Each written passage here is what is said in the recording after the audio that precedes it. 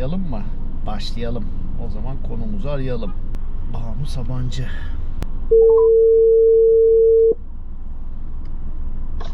Alo. Merhabalar, hoş geldiniz Banu Hanım. Merhabalar, hoş bulduk Ufuk Bey. Nasılsınız? Vakitlice mi aradım? Gayet güzel aradınız. Vallahi harika. Tam zamanında. Harika. Yayına girmeden bir Google'ladım sizi ama değişik değişik şeyler çıktı. Sizden bir dinlesek. Yani evet, marka danışmanı, aslında holistik marka danışmanı, multimedya tasarımcısı. O zaman sizden dinleyeyim. Bazen Google'un verdiği verilerde az önce olduğu gibi yanlış çıkabiliyor. Kendi ağzınızdan sizi dinlemek, minik de olsa girizgi anlamında daha iyi olur diye düşünüyorum. Tabii olur, seve seve. Ben holistik marka danışmanıyım. Evet. Çok uzun zamandır markalaşma, pazarlama üzerine çalışıyorum. Sosyoloji bitirdim. Çünkü ne yaparsanız yapın her zaman öncelikle toplumu anlamanız lazım. Ondan sonra da Amerika'ya dijital tasarım, pazarlama okumak üzere gittim. Tam da zamanında gitmişim çünkü tüm teknolojilerin oluştuğu zamanda, dijital dönüşümün oluştuğu zamanda Amerika'da ve orada bütün grafik tasarım, multimedya tasarım, web sitesi, tüm teknik özellikleriyle öğrenme, reklam ajanslarında çalışma. Sonrasında da kendi ajansımı kurdum, Banu House Graphic Design diye orada. 5 yıl boyunca orada çalışma imkanı buldum. Hem okudum. Okuduktan sonra da dediğim gibi hem müşterilerim oldu, hem Amerika'yı anlama imkanım oldu. Aslında Türkiye ile farklarını, etik çalışmanın ne olduğunu, çalışma kültürünün tam ne olduğunu ben Amerika'da öğrendim aslında. Baktığınız zaman 5 yıl boyunca orada çalıştıktan sonra Türkiye'ye döndüm. Türkiye'ye döndükten sonra ben hiçbir zaman kendi işimi bırakmadım. Yani her zaman girişimci oldum. O yüzden de her ne kadar kurumsalda üst düzey yöneticilikler yapsam da hiçbir zaman kurumsalın o ruh halini yaşamadım. Her zaman yaratmak, öğrenmek, kendi işimi yapmak, kendi müşterilerimi devam ettirmek, kendimi yenilemek üzerine çalıştım. Ya masanın her iki tarafında da bulunduğum için hem reklam ajanslarını yönetme kısmında da aynı zamanda da kendim de aynı şekilde hizmet verdiğim için hem Türkiye'deki ortamı tanıma hem Amerika'daki ortamı tanıma imkanımı buldum. 360 derece aslında stratejiden tasarıma, yönetime, reklama, sosyal medyaya ve aslında insan ilişkisi, iletişime kadar tüm süreçlere hakim olarak çalıştım her zaman. Benim en çok sevdiğim şey hep yenilenmektir, merak etmektir, öğrenmektir. Her müşteride yeni bir şeyler öğrenirim. Tekrardan pazar araştırması yaparım. Tekrardan neler oluyor, neler değişiyor, psikolojide neler var, sosyolojide neler var, trendlerde neler var. Girişimcinin psikolojisini çok iyi anlamanız gerekir. O yüzden aslında pazarlamaya aşığım. Çünkü pazarlamada benim sevdiğim her şey var. Neler var? Neler var? Aslında holistik dediğimiz yapı da bunu oluşturuyor. Holistik markalaşma dediğimiz konsept zaten aslında psikoloji, sosyoloji, kendinizi ve etrafınızı doğru anlamanızın ve anlatmanızın, yani doğru iletişimin reçetesidir. Çünkü bir firma, işletme, bir marka kurduğunuzda ancak bir marka girişimcinin psikolojisi kadar büyüyebilir. Doğru. O yüzden de öncelikle doğal olarak siz kendi psikolojisini güçlendirmeniz, iletişiminizi doğru yapmanız lazım ki markanızın da vizyonu o boyutta ilerleyebilirsin, gelişebilsin. O yüzden işimi çok seviyorum çünkü sürekli olarak öğrenme, kendinizi geliştirme, kendinizi uyguluyorsunuz aslında. Kendi hayatınızdaki zorluklardan dersler çıkarıyorsunuz. Farklı kültürlerde nasıl oluyor bu iş? İşte Amerika'da daha bireyseldir, Türkiye'de kolektiftir sosyolojik yapılar. Bu doğal olarak pazarlamalarına, markalaşma sistemlerine de yansır. O yüzden de 360 derece tüm detayı aslında anlamanız lazım başarılı bir marka kurmak için. O yüzden de holistik markalaşma diyorum. Eyvallah. Ya ben de araya girmek istemedim. Dediğiniz kavram nedir? Gayet iyi izah ettiniz. Vallahi maşallah, çok yönlü üreten insanları da seviyoruz bu arada. Keyifle dinledik. Enteresan bir hikayeniz var. Devam da edecek başarılı bir şekilde. Ben o şekilde anlıyorum. Teşekkür ederim. Eyvallah. Şöyle yapalım mı isterseniz? Ben her bir programda bir metafor, bir tanım üzerinden gidiyorum. Sonra konuşmak istediğimiz mecra, meslek, alan, adını siz koyun. Sanırım marka danışmanlığını konuşacağız. Doğru. Onun krokisini bir anlamda beraber çekmiş olacağız. Aslında bu metafor tanımım bilindiği üzere bir ev tanımı. Yaşadığımız, bildiğimiz bir ev. Yani Anadolu'ya da gitsek, İstanbul'a da gitsek, evet metrekareleri ya da içindeki malzeme, mobilyalar farklı olabiliyor. Ama içindeki yaşamsal alanlarımız yine aynı. Yani bunları bölüm bölüm bakarsak bir evimizin girişi var. Başka bir yerden giremiyoruz. Aynı zamanda kilit bir yerde diğer odalara bizi yönlendiriyor. Daha sonra Türk tipi konutlarda bizi mutfak karşılıyor. Mutfakta ne yapıyoruz? Genelde 3 eylemi yapıyoruz. Yemek yeme eylemi, yemek pişirme ve yemeklerimizi depolama. Tabii bunları bir cihaz yardımıyla yapıyoruz. Daha sonra salona geçiyoruz. Salon genelde böyle günü bitirmeden minik işlerimizi hallettiğimiz, daha sonra yalnızlığımızı paylaştığımız, yani bu bir film olabilir, belgesel olabilir veya bir insan olabilir, yani misafir ağırlıyoruz. Böyle bir alan, aslında konfor alanımızın olduğu bir yer, kendimizi ödüllendirdiğimiz diyelim. Ben biraz da öyle okumaya çalışıyorum. Daha sonra artı odalarımız var. Yani bu da daha çok böyle sosyal statümüzle doğru orantılı olup ihtiyacımı belirlediğimiz alanlar. Yani evli çocukluysak çocuğun ya da yetişkin odası oluyor. Veya yoksa işte salonu hadi biraz genişletelim. Ne yapalım? İşte sinema salonu yapalım. Veya misafir odası olarak da kurgu yapabiliyoruz. Ya da ne bileyim üretken bir insansak çalışma odası ya da atölyemiz olmuş oluyor. Bunun gibi, yani artı odaların sonu gelmiyor. Daha sonra yatak odamız var. Mahrem alanlarımızdan bir tanesi. Günü kapattığımız, güne başladığımız odalarımızdan bir tanesi. Ben hep şey diyorum, şarteli kapattığımız oda, bilmiyorum ne kadar doğru tanım oluyor ama bilmiyorum. Daha sonra en son banyomuz kalıyor. Hijyen ihtiyacımızı giderdiğimiz bir alan. Şimdi ben böyle minik bir ev tanımı, aslında bir metafor yapmaya çalıştım ama bu bölümlere girmeden önce marka danışmanlığı nasıl bir evde yaşıyor evvela? Daire tipi olarak 2+1 mi, 1+1 mi? Villa mı, apartman mı, müstakil mi? Çok güzel bir benzetme aslında. Ben bu sorunuza iki türlü cevap vereceğim. İki açıdan bakmamız lazım. Şimdi marka danışmanlığı ev, ama evin de içinde bulunduğu bir ekosistemdir. Yani bina nerede? Çünkü siz bir pazarın içinde konumlanıyorsunuz. O yüzden de aslında lokasyon, yani nerede yaptığınızla başlar, dışarıdaki çevreyle başlar ve orayla uyumlanarak devam eder. O yüzden de öncelikle aslında evin bir de dışı da vardır marka danışmanlığı. Lokasyon dediğimiz yer ya da pazar diyebileceğimiz yer. Bu birinci sorunuzun bölümü olabilir, sorunun bir bölümü olabilir. İkinci kısımda ise markalaşma aslında girdiğimiz zaman, eğer bir binaysa, bir evse, bu ev dediğim gibi aslında evin sahibinin hayal gücüyle ve pazarın gücüyle birebir orantılıdır. Yani isterseniz uçan bir ev de yapabilirsiniz. Hollanda'da biliyorsunuz global ısınma, sular yükseliyor, yüzen evler var. Yüzen evler, ünlü evler yapabilirsiniz, modüler evler yapabilirsiniz. Burada yapabileceğimiz şeyin sınırı yok. Markalaşma da böyledir. Yani luxury de bir segmenttir ama aynı zamanda halka da inebilirsiniz. Çoklu da ürün satışıyla farklı bir konsepte de gidebilirsiniz. O yüzden de hayal gücünüzle ve ne yapmak istediğinizle ve bulunduğunuz pazarın ihtiyaçlarına göre şekillenir eviniz. Anladım. Ama şimdi format gereği bir tane daire tipi seçelim diyeceğim de, yani mesela 2+1 iki farklı yaklaşım sundunuz ya, şey de diyebiliriz, siz söyleyin. Bizim evet alt üst sağ sol yan komşularımız var. Oraya da tanımlar yaparız diye ben düşünüyorum, sesli. Tabii ki çok haklısınız.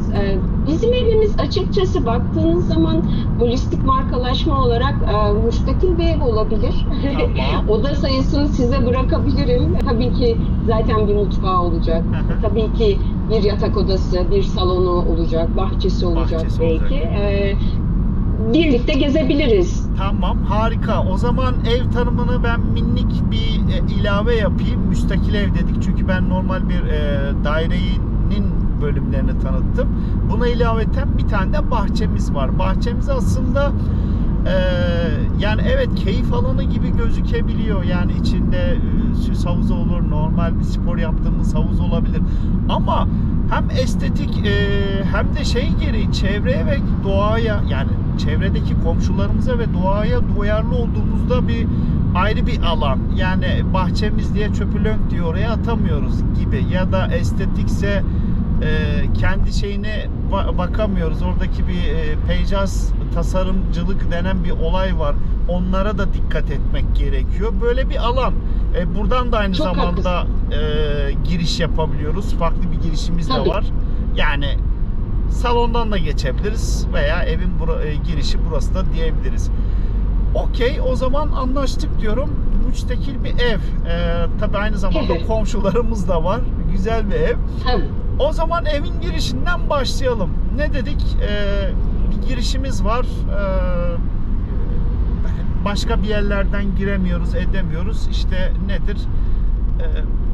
Sadece oradan girebiliyoruz. Ama yani misafirimizi karşıladığımız, misafirimizi uğurladığımız bir yer.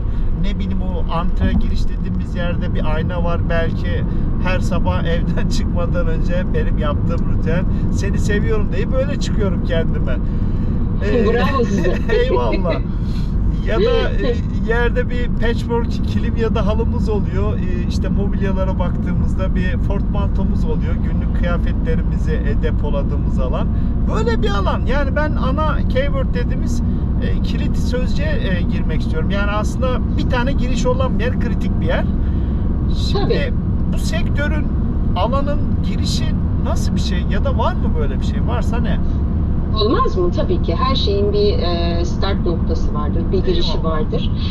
Burada nereye giriyoruz? Bu girişte ne var? Aslında biz pazarı araştırarak giriyoruz. Pazarda nerede olacağımızı, bu evi nerede yaptığımızı, kimin için yaptığımızı doğru şekillendirip doğru konumlandırmak için bir pazar araştırmasıyla giriyoruz. Girdiğimiz yerde ne var diye sorarsanız da aslında bu işi neden yaptığımız, değerlerimiz var.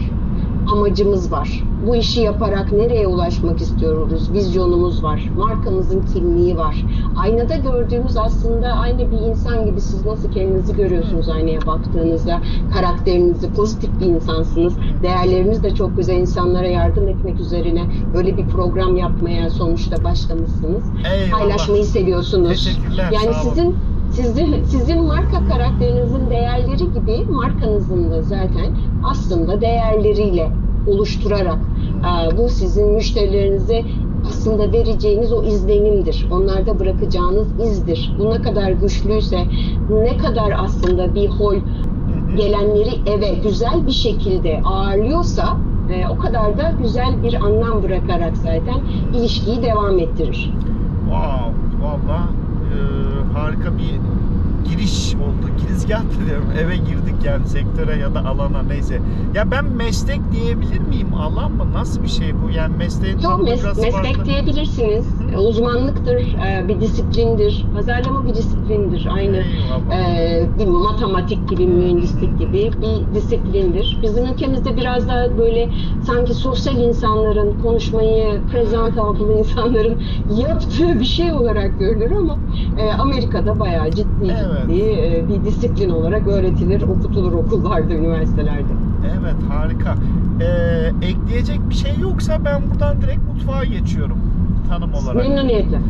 Mutfak ya evet, 3 ana eylemi yapıyoruz ama ya mutfakta bir de şöyle bir hikaye de var. Yani bize özgün bilmiyorum, işte bir kahve yapılır. Genelde o Türk kahvesi oluyor. Karşılıklı iki kişi dedikodu yaparız, sohbet ederiz. Yani biraz bu sosyalleşmeyi de içinde barındırıyor. Hani aslında onu salonda yapacaktık ama biraz da buraya doğru evrildi gibi geliyor. Ama onun dışında tabii yemek yiyoruz. Belki kahvaltımızı yapıyoruz. Akşam yemeğini de belki orada yiyoruz. Belki salonda, bilmiyorum ama yiyeceklerimizi de depoladığımız bir alan. Yani çok klişe olacak ama işin mutfağında ne oluyor bu sektörde ya da meslekte? Demin çok güzel bir şey söylediniz. Hikayesi dediniz aslında. Evin kalbidir. Dedikodu da yapılır. Birlikte kahveler içilir. hikayelerin, yani marka hikayesinin yaşadığı yerdir aslında mutfak. Çünkü siz her bir araya geldiğinizde ister bu kahve olsun, ister yemek yapmak olsun, yemek yemek olsun, o günün yaptıklarınızı paylaşırsınız, sizde kalan anıları paylaşırsınız. Ya da dediğim gibi Evet. bakmak için her zaman mutfağa gidersiniz. Mutfak o yüzden de hikayelerin yaşadığı, marka hikayesinin yaşadığı yerdir. Marka hikayesi çok önemlidir. Çünkü sizin müşterileriniz aslında sizin anlattığınız, sizin müşterilerinizin anlattığı hikayeyle tanırlar. Yoksa kimse girip de web sitenizi ya da sosyal medyanızı çok fazla incelemez. Yapılan çalışmalar gösteriyor ki %90'ında sizin anlattığınız hikayeler üzerinden ya da yaşanmış müşteri deneyimleri üzerinden siz kendi markanızı, girişiminizi anlatıyorsunuz. O yüzden de marka hikayesi bir işletmenin aslında ruhudur. Wow. Ve yapacağınız tüm çalışmalarda vermek istediğiniz hissi bu hikayeyle anlatırsınız. Bu ister B2B olsun, ister B2C olsun, her zaman ister müşterinizi odak noktaya koyarak onlara yaşattığınız deneyimleri, onlara sağladığınız katma değerleri anlatabilirsiniz. Ya da siz bu işi neden yapıyorsunuz? Gerçekten her sabah hepimiz, ister kendi girişimimiz olsun ya da olmasın, sabah kalkıyoruz ve işe gidiyoruz. Neden yapıyoruz bu işi? Neden her gün yapıyoruz? Kime yardım etmek için yapıyoruz? Ve bunu sürekli yaparak da, yıllarca da yapıyoruz. Bir dönüşüm hayal ediyor muyuz? Neden, nasıl bir dönüşüm toplumsal olarak fayda hayal ediyoruz? Tüm bu hikaye aslında zaten mutfakta pişer. Pişer, size de düşer. Tabii bir de onun misafirle salona geçip ikram edeceğiz. Öyle bir durumu da var galiba. Tabii. Salon önemlidir. Salon önemli. O zaman salona geçiyorum. Tabii, salona geçelim. Salon, şimdi baktığımız zaman burada aslında hedef kitle psikolojisini anlayabiliriz. Yaşlara göre değişir müşteri segmentasyonu. Mesela benim zamanımda benim annem salonu temizletir, biz salona giremezdik. İşte halıların efendime söyleyeyim püskülleri yıkanır, katlanır, kristaller yıkanır. Orası yalnızca misafirler için özel bir yerdi. Aynen. Ama şimdi baktığımız zaman, buyurun. Lafınızı böldüm ama yani 20-25 sene önce soğuk mekanlar diye tarif ediyorum ben de birkaç bölümde. Dediğiniz gibi misafirden misafire açılıyor ama misafire de ne kadar çok değer veriyormuşuz. Yani atıyorum yılın 365 günün belki taş çatlasın 20 günü. Diğer günler kapalı o salon. Çoluk çocuktuk işte, oyun yapıyorduk. Hele ki orada bir cepheyi kaplayan vitrinleri hatırlıyorum, üzerinde danteller vesaire bir şey yapsak ceza yerdik ya, dışarı çıkamazdık ya, açlık verilmezdi falan. Ama tabii teknolojiyle birlikte iletişim araçları derken biraz yaşama biçimimiz de evrildi derken günümüz salonlarına çok şükür mü diyelim, maalesef mi diyelim, evrildi. Çok şükür diyelim. Aslında birazcık salonda farklı jenerasyonların psikolojisinden bahsedebiliriz. Burada baktığınız zaman biraz önce misafire ne kadar değer verildi diyordunuz. Aslında bakış açısına göre değişir. Misafire değer veriyorduk, kendimize değer vermiyorduk. Misafirin gözü önünde kendi değerimizi yükseltmek istiyorduk. Orada çok farklı bir bilinçaltı var aslında. Doğru. Şimdi baktığımız zaman yeni nesiller, evet tabii ki kullanım alışkanlıklarıyla, teknolojiyle yaşam alanlarımız değişiyor, şekilleniyor. Ama bir yandan da daha kendine değer veren bir nesil, genç nesil geliyor. Kendi değerini bilen, öz değerini bilen ve baktığınız zaman bir yaptığı şey aslında birini etkilemek için yapmıyor yeni nesiller. Kendi için yapıyor. Kendi mutluysa yapıyor. Yani gelen misafiri etkilemekle ilgili çocuklarımızın, çok seviyorum gençlerimizin, gerçekten çok güzel özellikleri var. Kimseyi etkilemek için yapmıyorlar. Genelde kendileri için yapıyorlar. O yüzden her gelen jenerasyon değişiyor psikolojik olarak. Kullanım alışkanlıkları da değişiyor. O yüzden de aslında zaten markalaşmada en önemli konulardan biri de bu. Siz hangi müşteri segmenti için, hangi yaş grubu için bu hizmeti, ürünü üretiyorsunuz? Çünkü hepsinin değer algısı farklı. Yani. Kullanım alışkanlıkları farklı. Doğru. O yüzden de bu salonun aslında şekillenmesi, içine konulacak her şey aslında markanın bir yandan da oraya gelecek, onu kullanacak hedef kitle için bir showroom özelliği taşıyor. Dediğim gibi benim annem için bu belki işte porselen heykellerdi, Çin porselenleriydi, işte kristallerdi, işte bünyen halılardı gibi. Şimdi daha IKEA tarzı, daha modern, daha abstract, farklı yapılara dönüştü. Belki bunlar daha da küçük evlere dönüşecek. Kiraların artışıyla farklı şehir hayatları geliyor, suburbler değişti, urban hayat değişti.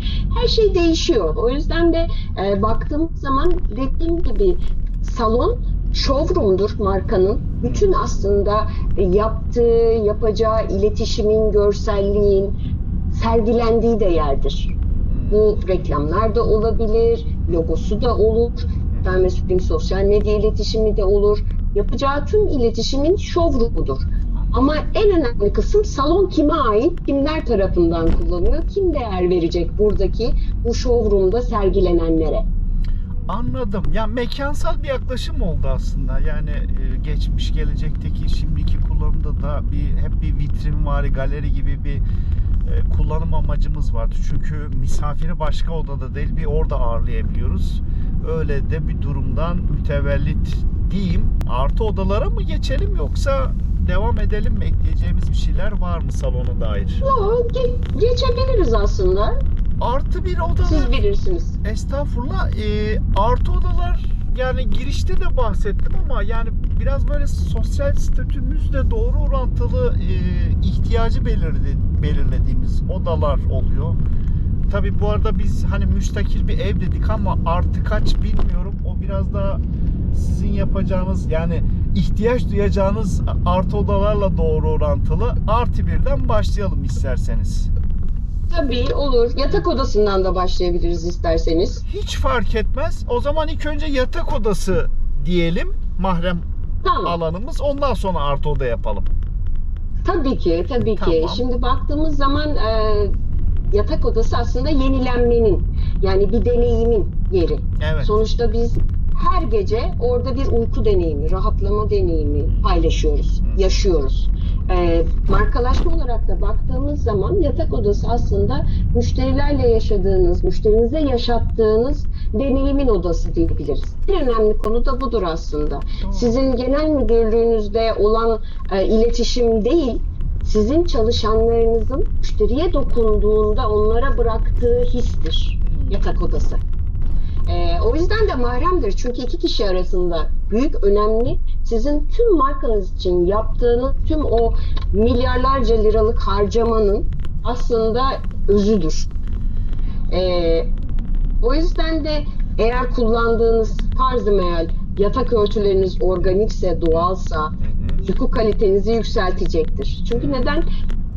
Sentetik bütün kumaşlar, çarşaflar sürtünmeyle birlikte stres düzeyinizi arttırır. Ama doğal kumaşlar kullanırsanız, işte okaliptüs kumaşı gibi mesela, bu gece olan bütün bu sürtünmeyi, elyaflar doğal olduğu için bir anda sıfıra indirir. Sabah dinlenmiş uyanırsınız.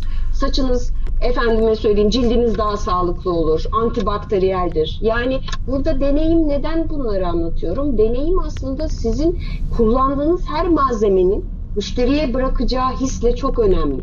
Doğru. Yani siz söyleyince aklıma şey geldi. Yani günlük böyle işte mesela üzerimizdeki kazak ya da bir şey çıkarınca onun maddesini doğru tespit ettiniz. Eğer böyle organik değilse çatır çutur böyle elektrik bir şeyi hani birikmiştir, yüklenmiştir. O an şeyi düşünüyorum.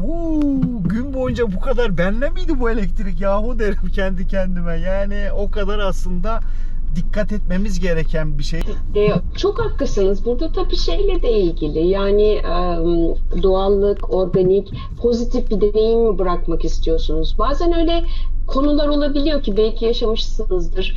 Bir ofise giriyorsunuz ya da bir dükkana, bir mağazaya giriyorsunuz.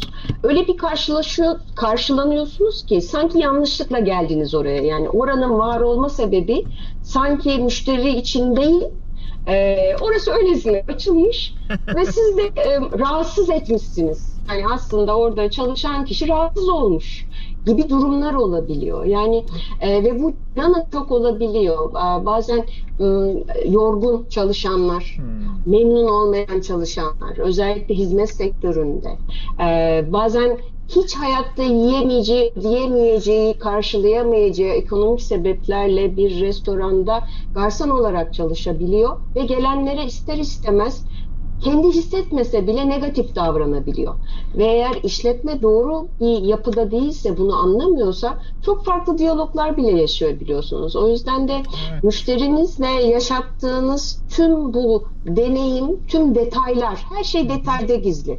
Bir kelime, bir koku, bir his, bir dokunuş, bir gülümseme. Günün sonunda aslında her şey bir gülümsemedir. Gerçekten gülümsenerek bir karşılama bence bedelsizdir. Her sorun çözülür.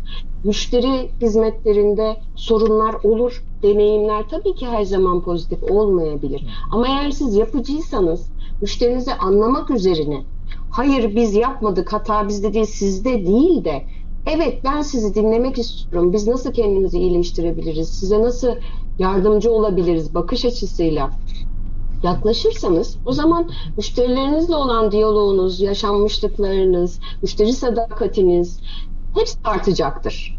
Şöyle bir istatistik var. Yalnızca müşteri deneyiminde müşteri sadakatinde aslında %5'lik bir artış sizin karlılığınızı %75 arttırır. Yani memnun müşteriler her zaman daha çok sizinle alışveriş yapar. Yani sadakat programının ilacı ya da formülü gibi bir şey oldu. Enteresan. Yani ben de katılıyorum sonuçta, hani yuvarlayayım ama bir gülme, kahkaha atmak, ya vergisi de yok. Bedava bir şey ama size geri dönüşümü çok muazzam bir şey.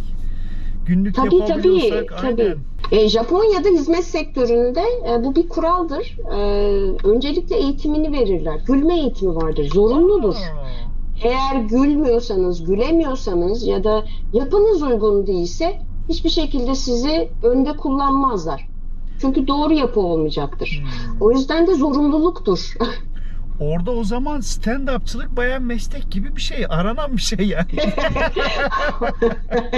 O kadarını bilemeyeceğim. Hizmet sektöründeki hani güzel gülümsemeyi biliyorum ama artık stand-up konusu o farklı bir konu. Türkiye'de bayağı ilerledi. Hani onu seviyorum açıkçası. Yok yani Güzel bir şey. enflasyonu olan bir meslek gibi bir şeydir. Hani burada tabii ki çok büyük abiler, üstadlarımız var da hani enflasyonu yok çok fazla ama orada herhalde sizin verdiğiniz örnekten yola hani bir akıl yürütmeyle bakıyorum da eğitimde yapacaksın. Kim? Yani atıyorum o işin uzmanı değil de bir tane stand-upçı ya da işte eski tabirle ayaklı varyatı dediğimiz bir insan çağıracaksın.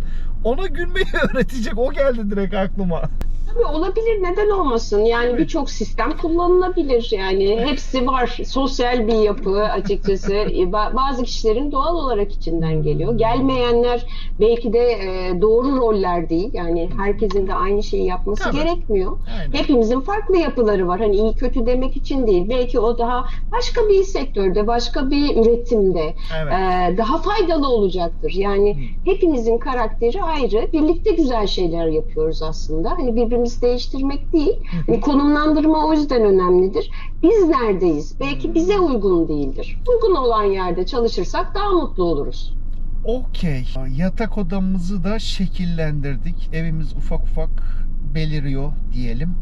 Geldik artı odalar. Yani sosyal statümüzle doğru orantılı şekillendirdiğimiz oda olarak ben yorumlamıştım. İşte örnek evli çocuğumuz varsa çocuk ya da yetişkinin genelde odası oluyor. Yok değilse salonu biraz genişletelim dedik, konfor alanımız. Ayrı bir sinema keyfi için sinema odası ya da üreten bir insansak bir çalışma odası veya bir kütüphane ya da sanatla bir uğraşımız varsa orası bir atölyemiz, ne bileyim bir fotoğrafçıysak karanlık odamız gibi sonu olmayan ama statümüzle biraz doğru orantılı konuşlandırdığımız ayrı bir konfor alanı gibi bir şey ya da ihtiyaç duruma göre Evet, artı evet. odalar. Ofis ve atölye diyebiliriz isterseniz bir sonraki odamızın tarifini. Tamam. Çünkü markalaşma için çok çok önemli. Çünkü ofis ya da atölye diyeceğimiz workshop alanı aslında uyumu, esnek olmayı, uyumlanmayı, adaptability denilen şey. Yani markanızın değişen günün ihtiyaçlarına, teknolojilerine uyum sağladığı, kendini geliştirdiği, çalıştığı, yeni yaratıcı konseptler oluşturduğu, müşteriyi anlamaya çalıştığı bir ortam. Burası aslında çok hızlı değişen, ihtiyaçlar için çözümleri kendinizde heyecanla uyguladığınız, araştırdığınız, ekibinizle bir araya geldiğiniz ya da kendi başınıza da çalıştığınız, üretim yaptığınız en önemli alanlardan biri. Çünkü baktığımız zaman bugün yeni bir öngörülemez döneme girdik. Yapay zeka ile birlikte 2023 yılında bambaşka bir dönüşüm başladı. Daha önce hiç olmamış bir dönüşüm. Şu an hayatımızda çok hızlı bir şekilde devam ediyor. Ve o kadar hızlı gerçekten devam ediyor ki 2070'te olması öngörülen teknolojilerin 2030'a kadar şekilleneceği ve hayatımıza gireceğini McKinsey söyledi. Yani çok gerçekten büyük bir dönüşüm, toplumsal bir dönüşüm, yaşam biçimlerimiz, üretim biçimlerimiz, iş hayatlarımız, iş yapış biçimlerimiz hepsinde artık yeni bir dönem olacak. Şimdi böyle hızlı bir döneme uyum sağlamamız lazım. Korkmak değil, o yüzden çalışmak, üretmek çok önemli markalaşmada. Markalaşmanın en önemli kısmı aslında pazarı takip etmektir.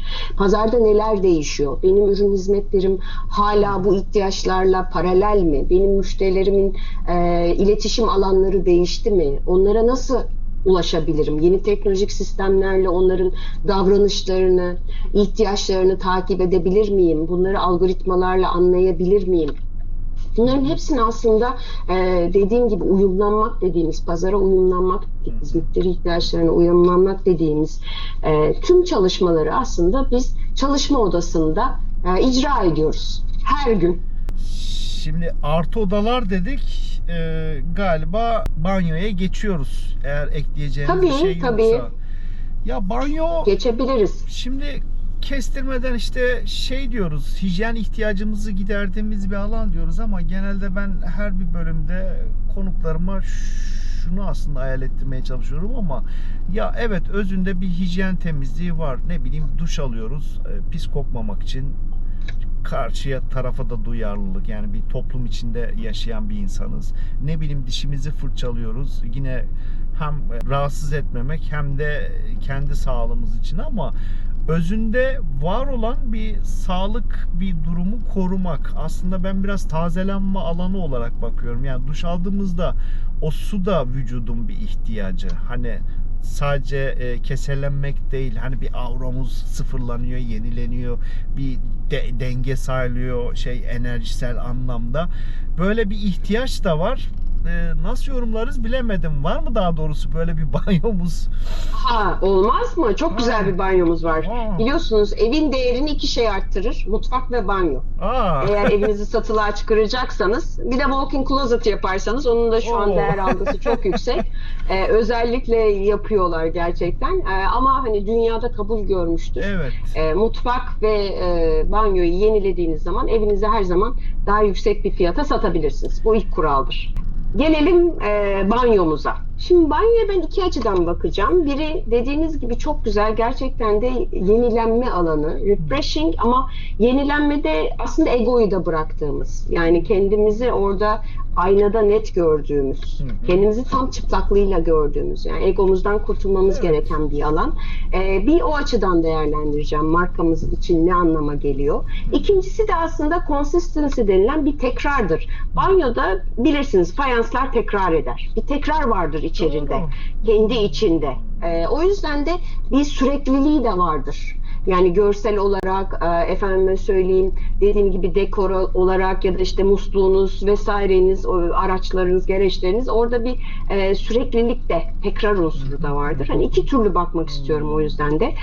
Öncelikle egoyu bıraktığımız alan. Şimdi en büyük tehlike bir girişimci için markayı çocuğu gibi görmesidir. Bu ne demek? Aslında ego ile birlikte görmek. Yani benim markam, en iyisi yaptığım iş, en iyisi değiştirecek hiçbir şey yok ve ben eleştiriye açık değilim. Şimdi bunu dediğiniz zaman çok büyük bir tehlikeye giriyorsunuz. Çünkü Wharton Business School der ki sürekli olarak markanızı müşteriyle ve pazarla nerede eksik var, nereyi değiştirebilirim, sürekli bir değişim, lean approach denilir. Yani hızlı değişime uyarlama, en kolay nasıl kullanılır, daha iyisini nasıl yapabilirim? Yani egosuz bir şekilde tüm çıplaklığıyla markanızı, müşterinizin markanızı gördüğü gibi gördüğünüz alan burası. Görmek zorundasınız. Sizin hiçbir zaman markanız çocuğunuz değildir, olmamalıdır. Çünkü ben özellikle kendi müşterilerimde de bunu paylaşıyorum. Zira markalaşma, pazarlama bir hobi değil. Bu bir ticaret. Doğru. Ve ticaretin kuralları var. Eğer hobi olarak yapmak istiyorsanız yapabilirsiniz. Hobi çok güzel bir şey ve bence hani bir turist olmak, iki hobi sahibi olmak. Bence huzurun, sevginin en güzel yeri. Ama eğer girişimci olacağım, ticarete atılacağım, satış yapacağım, müşterilerim olacak diyorsanız o zaman artık siz pazarlamanın kurallarına tabisiniz. Diyemezsiniz ki ben istediğim gibi yapacağım. Yapabilirsiniz ama bu sefer ne oluyor? Maalesef benim birçok müşterimde de olduğu gibi iflas edip sonrasında gelip nasıl biz bu işi doğru yapabiliriz? Tekrardan kurmanız gerekiyor. Çünkü bu işin artık tekrar keşfedilecek bir yanı yok. Sistemler belli. Siz sistemi anlamalısınız, yaptığınız işi anlamalısınız, müşterinizi anlamalısınız, pazarın ihtiyaçlarını anlamalısınız ve kurallarını, reçetesini, markalaşmanın yerine getirmeniz lazım. O yüzden de buna fazla duygusal bir yaptırımla baktığınız zaman tehlikeli olabiliyor. Tabii ki duygusallık şöyle bir şey, bir işi sevmeden, heyecanlanmadan, arzulanmadan, oradaki o değişime inanmadan tabii ki çalışamazsınız. Çünkü girişimcilik gerçekten çok zordur. Kurumsal hayattan kat ve kat emek ister, enerji ister. Kendi işiniz olduğunda ne bayram tatiliniz vardır ne de başka tatiliniz. Sürekli çalışmak zorundasınızdır. O yüzden de bu yapıyı ancak işinizi sevdiğinizde sürdürebilirsiniz. Sevgi çok önemli bir şey. Ama önemli olan sevgiyi doğru bir şekilde tarif edip yapıcı bir şekilde kontrol edebilmek. Size fayda sağlayacak, işinize fayda sağlayacak yaptırımlarla birlikte bunu uyarlamak, formülize etmek. O yüzden de severek, hani burada şöyle anlatabiliriz belki, iki türlü sevgi vardır. Bir tanesi çok koruyucu olur, pamuklara sarar.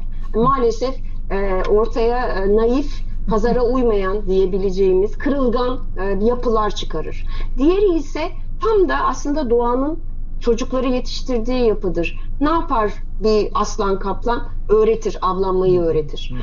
Bütün teritoriyi öğretir. Ne yapması gerektiğini öğretir. Nasıl savaşması gerektiğini, nasıl hayatta kalmasını öğretir. Ve sonrasında kendi yolculuğuna gitmesi için onu alanının dışına iter. Artık der sen oldun, sen kendi hayatının, yaşamının kahramanı olacaksın. Artık ben yardım etmeyeceğim sana. O yüzden doğanın yolu her zaman doğrudur. Siz de markanıza o yüzden böyle bakmamız lazım. Yani pamuklara sararak değil, ben burada nasıl iyileşmeye açık, müşterime fayda sağlayacak, neler yapabilirim? Karlılığımı arttıracak neler yapabilirim? Daha akıllı nasıl çalışabilirim? Günün ihtiyaçlarını, teknolojisini nasıl katabilirim? Bunların hepsini formülize etmeniz lazım. O yüzden de aslında banyo dediğimiz alan markanızı çıplak gördüğünüz, egosuz gördüğünüz, tüm netliğiyle gördüğünüz alan olmalı. Vallahi harika. Yani aklıma şey geldi. Aslında buna bir oyun dersek, bir metafor. Siz bir oyuncusunuz ama oyunun da bir kuralları var. Bu kuralları da yani habire o kurallar da güncelleniyor vesaire diyelim metafor anlamında. Bunun da uzmanları var. Yani aslında bir koç ya da teknik direktör. Siz bu oyunu oynayacaksanız o koç ya da teknik direktörün eşliğinde veya ne diyeyim yönlendirmesiyle bu oyunu oynamak sizin de mutlu olmanızda doğru orantılı gibi bir durum çıkıyor mu? Ben böyle yuvarladım ama. Yo çok güzel söylediniz kesinlikle. Yani sonuçta baktığınızda kendi başınıza dans da edebilirsiniz. Çok mutlu olursunuz. Ama derseniz ki ben dans yarışmasına katılacağım. O zaman kuralları öğrenmeniz gerekir. Çünkü artık farklı bir platforma çıkarsınız. O zaman dediğiniz gibi bir dans hocasından, uzmanından işin destek alırsınız. O yüzden de neyi neden yaptığınız çok önemli gerçekten. Bu yalnızca markalaşma için değil. Bence hayatın her aşamasında nedenlerinizi biliyorsanız başarılı olursunuz.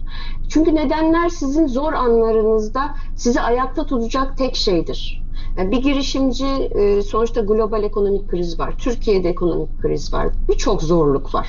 Şimdi böyle bir zorlukta siz eğer bu işe neden başladığınızı hatırlamıyorsanız, nedeniniz güçlü değilse her gün başlamanıza vesile olduğu için kendinizden nefret edersiniz belki. Neden ben bu işe keşke başlamasaydım, keşke yapmasaydım, yanlış yaptım.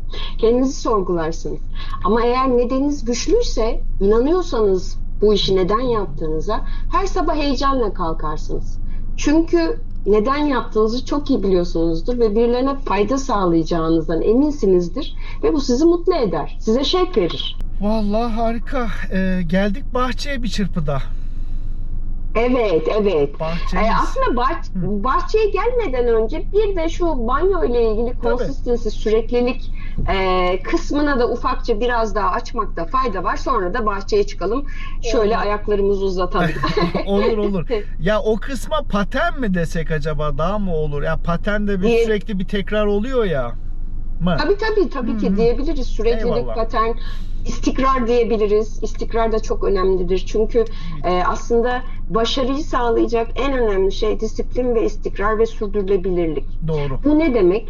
Sizin eğer bir restoranınız varsa, bir kafeniz varsa, siz orada sunduğunuz yemeklerin, tatlıların reçetesine sahip değilseniz ve her gün aynı lezzette müşterilerinize sunmuyorsanız, her geldiklerinde farklı bir tat buluyorlarsa bir süre sonra gelmeyeceklerdir. Siz yaptığınız her işte standartları sürdürmek zorundasınız. Bence bizim en çok zorlandığımız kısımlardan biri bu. İstikrar kısmı, sürdürülebilirlik kısmı.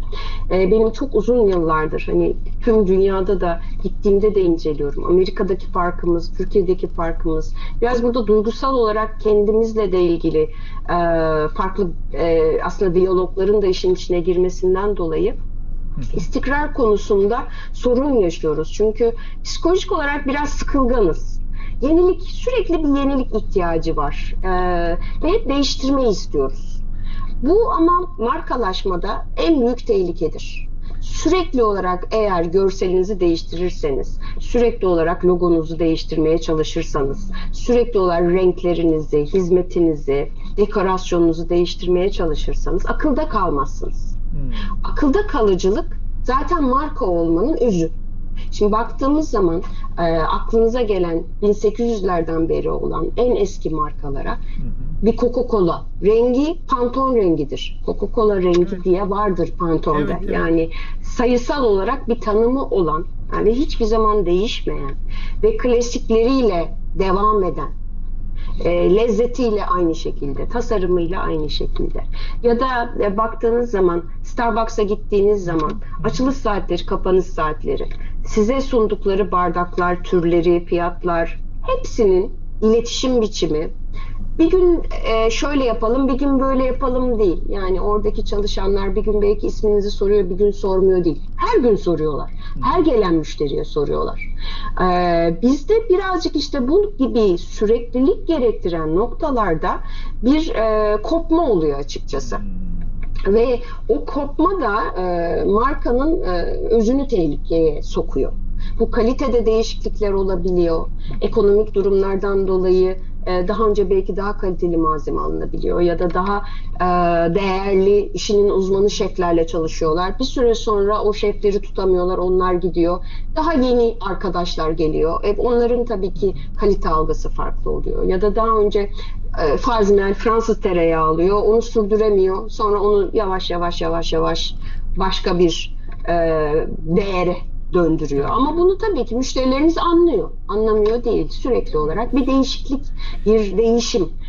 O yüzden de ne yapacaksanız sürdürülebilir olmasına çok özen gösterin. Eğer luxury olacaksanız bunun yükümlülüklerine de hazır olun. Çünkü siz lüks segmentte ona göre premium bir fiyata isteyeceksiniz, talep edeceksiniz. Konumlandırmanızı ona göre yapacaksınız.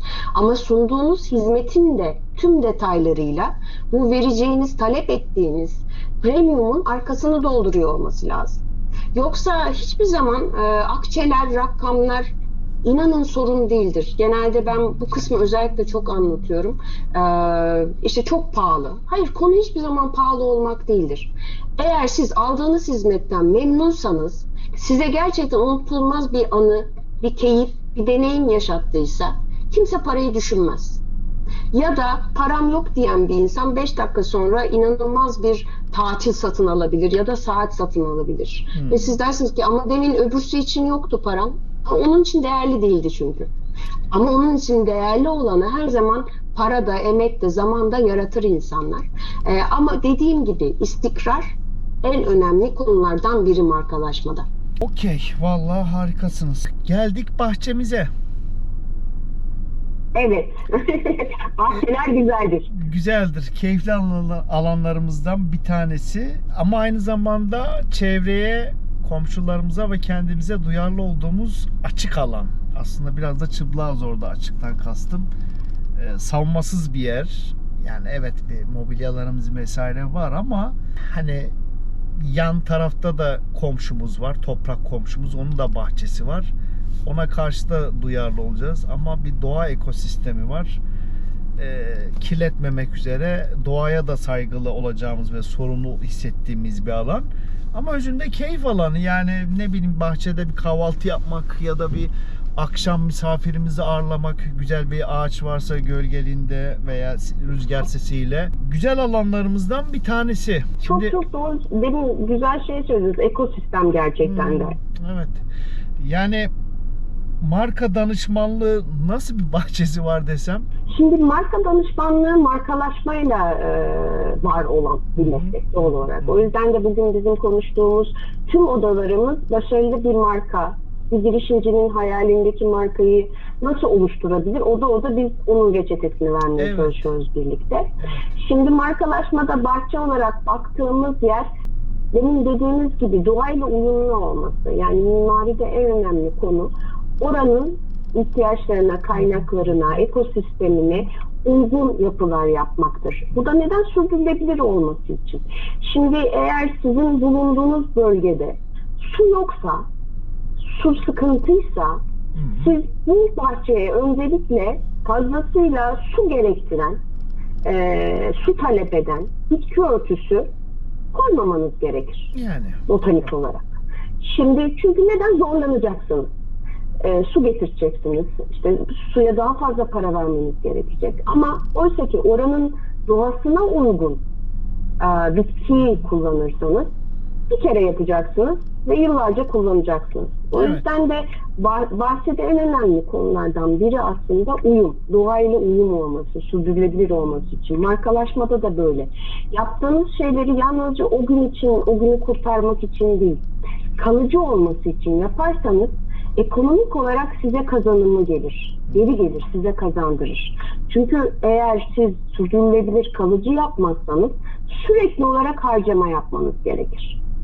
Bunu şöyle örneklendirebiliriz. Eğer sadık müşteriler, müşteri memnuniyetine önem vermiyorsanız yalnızca reklamla devam etmeniz gerekir. Reklam dünyanın parası. Sürekli para harcamanız gerekir. O yüzden de kalıcı değerler, fazla emek gerektirmeden doğası içinde var olan yapılar en önemli konulardan biri bahçede. İkincisi, dediğiniz gibi çevreyle uyumlu olması, komşularla uyumlu olması, komşularınızla ilişkiniz, geceleri ışığınızın belki hangi renk olduğu, sarı ışık mı, mavi ışık mı kullanıyorsunuz, onlara gürültü mü rahatsız ediyor musunuz, dinlediğiniz müzik gibi.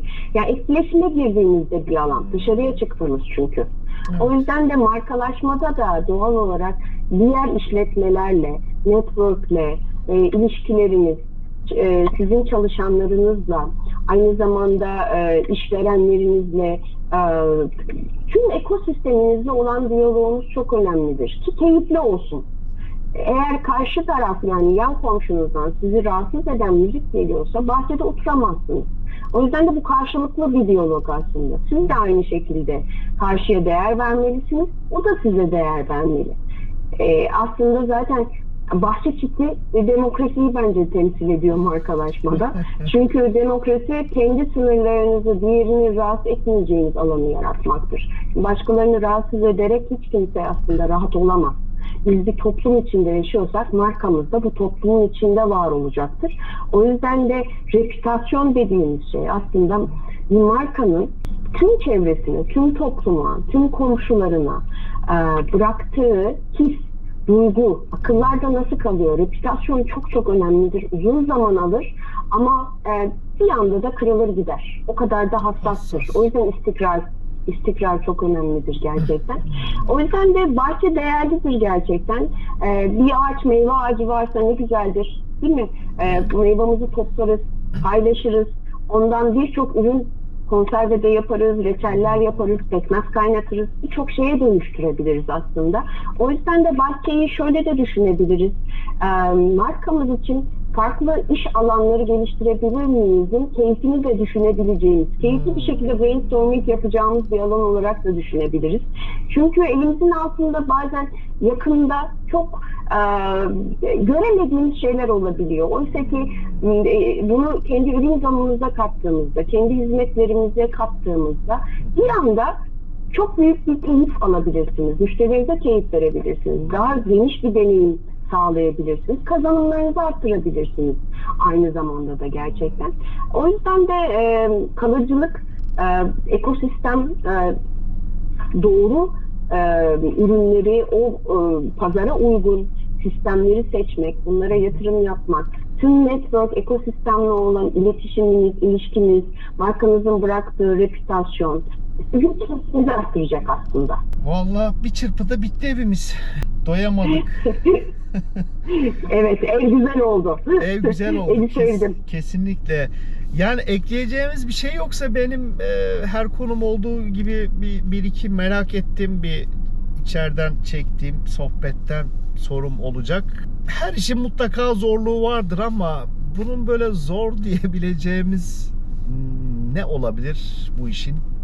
İş olarak baktığımızda tabii ki şöyle bir şey, ben hayatta hiçbir zor olarak bakmadım aslında. Yalnızca kendimi geliştirecek alan olarak gördüm. Yani bu yaptığım yeni bir iş olabilir. Farkında işte hibe konu almak için Türkiye'yi gezdim. Anadolu'da hiç gitmediğim yerlere gittim. Hiçbir zaman da hani zor olacak diye düşünmedim ya da korkmadım. İşte orada nedenleriniz devreye giriyor. Bir şeyi neden yaptığınızı biliyorsanız size zor gelmiyor. Siz o zorluğu zaten rahatlıkla üstünden çıkıyorsunuz, altından geçiyorsunuz. Onu rahatlıkla atlatabiliyorsunuz. Markalaşmanın en önemli konusu iletişim. Pazarlama demek zaten iletişim disiplini aslında. İletişimin de en önemli diğer konusu psikoloji. Benim de en sevdiğim kısım aslında. Bir marka danışmanı kendi eğer holistik olarak kişisel gelişiminde yaşadığı zorlukları, aldığı dersleri biliyorsa, en iyi eğitmen, en iyi öğretmen zorluklardan gelendir biliyorsunuz. Evet. Yaşadığı zorlukları, hikayeleri, nerede başarılı oldu, nerede başarısız oldu ve nasıl atlattı bunları. Bunları doğru reçetesini çıkarabiliyorsa psikolojide çalışacağı, danışmanlık yapacağı girişimcilere de destek olabilir. Çünkü baktığınız zaman her işte insan en zor kısım. Neden? İletişim. Bir etki tepki meselesi. Siz belki çok güzel, iyi niyetli bir cümle söyleyeceksiniz, bir tavsiye vereceksiniz ya da feedback vereceksiniz. Bunu nasıl söylediğiniz önemli. İçerik değil aslında. Eğer karşı tarafa siz bunu negatif bir şekilde söylerseniz belki en büyük hatayı yapıp çok çok önemli bir şeyde bir yaptırım olmayacak, bir yenilenme, bir revize olmayacak o işte ve belki işler kötü gidecek. Ama siz bunu doğru bir şekilde söyleyebilir, paylaşabilirseniz o zaman tüm iş iyileşecek. O yüzden girişimcinin psikolojisini anlamak, yani kendi psikolojinizi anlayabiliyorsanız, doğru iletişim kurabiliyorsanız, sağlıklı iletişim kurabiliyorsanız başarılı olursunuz. En büyük zorluğu psikoloji ve iletişim. Anladım. Ya aslında zorluk göreceli. Zorluk diye bir şey de yok, anladım. O sizin yapacağınız tanım ve iletişimle doğru orantılı bir şey. Aslında yok gibi bir şey. Biz var ediyoruz. Çok zor. Yani zor. Evet, nereden baktığınızla ilgilidir. Mesela ben heyecan verici olarak alıyorum bazen. Evet diyorum, zor. Zaten kolay olsaydı heyecanlanmazdım. Hep yaptığım standart bir şey olurdu. Ama demek ki zor ve heyecanlanıyorsam yeni bir şeyler deniyorum. Ve mutlu kendimi zorluyorum, geliştiriyorum demektir. Aynen. Kendimi tebrik ediyorum o zaman. Tabii, aynen o şekilde, doğru. Valla ikinci sorumda bu işi yapmak isteyenlere tabii ki öğüt vermek değil derdimiz de dostlar. Söyleyeceğiniz mutlaka pozitif bir şeyler vardır diye düşünüyorum ama yeni gelen nesil olsun veya mesleki anlamda bir karar değiştirip ya ben de marka danışmanı olmak istiyorum. Tabii ki, tabii olsunlar. Olsunlar. Pazarlama bence dünyanın, ben işimi çok seviyorum. Gerçekten aşkla yapıyorum. Çünkü Süper. pazarlama olmadan hiçbir şey olmaz. Yani dünyanın en akıllı, en güzel, en inanılmaz insanı olun. Karanlıkta oturun. Ben öyle tarif ediyorum. Pazarlama sizi aydınlığa çıkarır. Pazarlamaya iki türlü bakarlar. Ben üniversitede ders verirken bazı öğrencilerim daha böyle negatif bakarlar kapitalizm, pazarlama olgusuna. Oysa ki pazarlama kendi değerinizi anlatabilmektir. Aslında Ve ne yaparsanız... Lafınızı balla böleyim. Şöyle bir aklıma bir örnek geldi. Ya aslında hayatımızda ta çocukluğumuzdan itibaren, yani kadın ya da erkek olalım, çocukluktan itibaren olan bir şey. Şöyle, çocuğuz mesela, çok ufak yaştayız, böyle yeni yeni bir şey, iletişim kurmayı öğrendik. Anne bize bir şey üretiyor. Aslında kaba tabirle bize bir şey satıyor. Biz onu alıyoruz. Sonra babaya satıyoruz. Bak yeni öğrendim, al al al. Sonra anne baba, yani ebeveynler bunu yemeyince dış dünyamız olan, açılıyoruz ya böyle, işte çocuğuz, arkadaşlarımız var. Arkadaşlarımıza satmaya çalışıyoruz. Sonra işte okuldaki arkadaşlarımız. Aslında hep böyle bir al-sat dünyası. Tabii ben çok kaba tabir verdim ama hayatımızda hep var. Var, olmaz olur mu? Yani iletişimle ilişki, yani başladıktan itibaren kendinize de pazarlayabilirsiniz. Yani bazen bir şeyleri hiç ihtiyacınız yoktur. Kendi kendinize onu pazarlar, aldırırsınız, yani inandırırsınız. Evet. Pazarlama olmadan olmaz.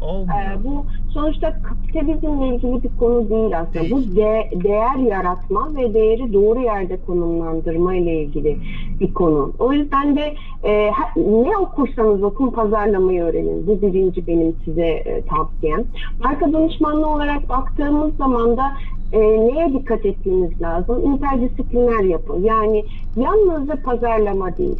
Siz sosyolojide, psikolojide, tasarımda, görsel tasarımda, teknolojiyi de takip etmek, öğrenmek durumundasınız. İnsan ilişkilerini. Bunların hepsini birlikte yönetebilirseniz iyi bir marka danışmanı olursunuz. Yoksa yalnızca tek bir disiplinle, yalnızca pazarlama bilmek yetmiyor bu işte.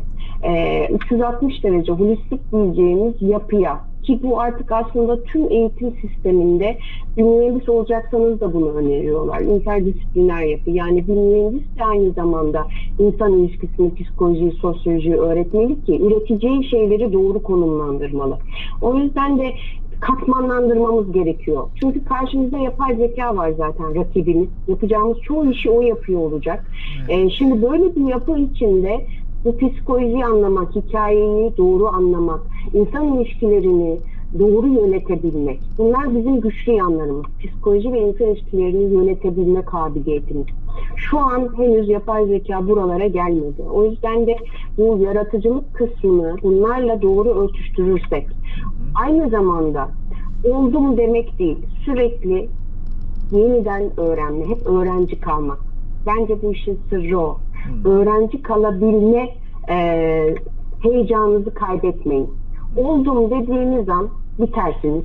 O yüzden de hep merakla yeniyi takip etmek, kendinizi geliştirmek, aşkla çalışmak en önemli konu. Vallahi harikasınız Banu Hanım. Çok teşekkür ederiz. Eğer ekleyeceğimiz final bir şey yoksa, değerli bir zaman. Ben teşekkür ederim.